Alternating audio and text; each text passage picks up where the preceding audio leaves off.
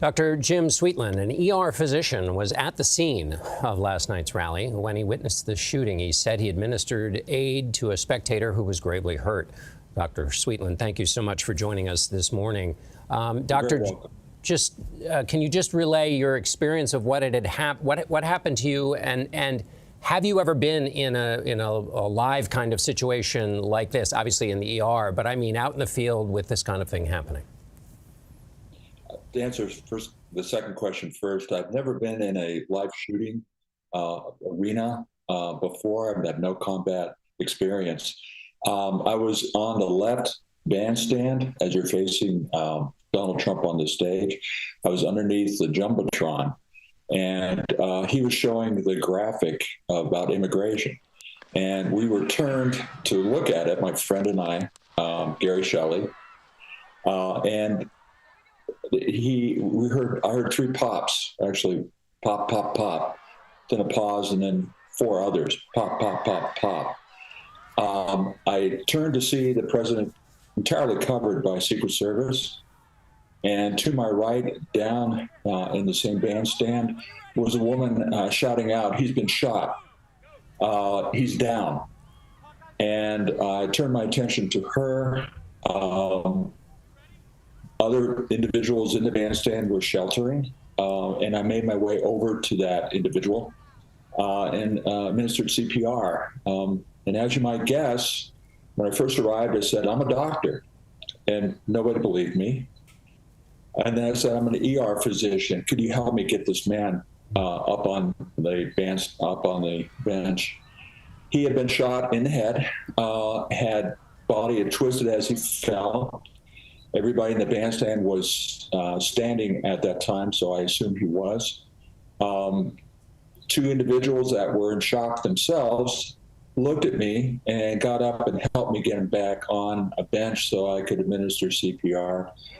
Unfortunately, the man had a gunshot wound just above his ear, had no pulse and no respirations. And so I started to administer CPR to him, as well as giving him rescue breathing. And I did so for about 2 minutes. And then I was tapped on the shoulder, and two of the biggest Pennsylvania State Police officers I've ever seen were behind me. And they said, "We'll take him." And they picked him up, unfortunately, like a rag doll, and took him from the stands. I looked up to see his family, who would witness my efforts at resuscitation. And the look on their faces said it all. My heart goes out to that family. My prayers go out with them. I'm sorry, I was in shock yesterday. The gravity of that situation is hitting me right now.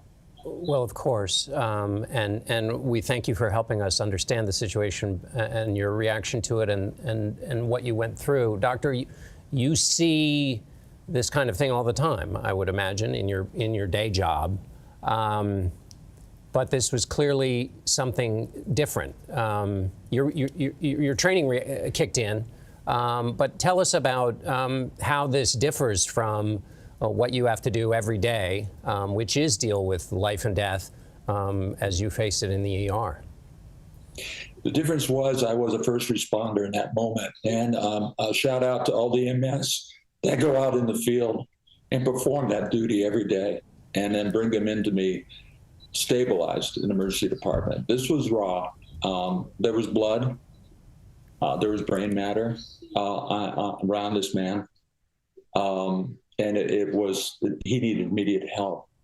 That's the difference. And I can't say enough about the people that were there, willing to help somebody else, another American who was shot.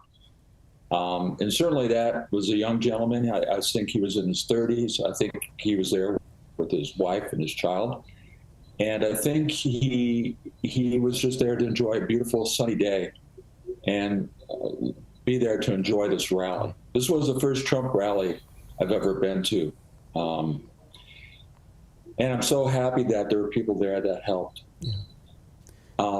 If I can comment, later on I was walking and I was a bit in shock, and there's a video of me with blood on my face and blood on my shirt. And as I'm walking along, I get interviewed. Just after that interview, there was an Army combat veteran just off the screen. And he came up to me immediately afterwards and leaned into me and said, "Brother, you got blood on your face. Here's the water." I washed it off. Then I handed him the bottle back, and he said to me, he put his hand on my shoulder and said, "Brother, are you okay?" That's what it's all about for me, for America, speaking out and helping others that are in need. As much as I helped that gentleman, that Army vet helped me. Dr. Jim Sweetland, thank you so much for your actions and for being with us this morning. You're We welcome. really appreciate it.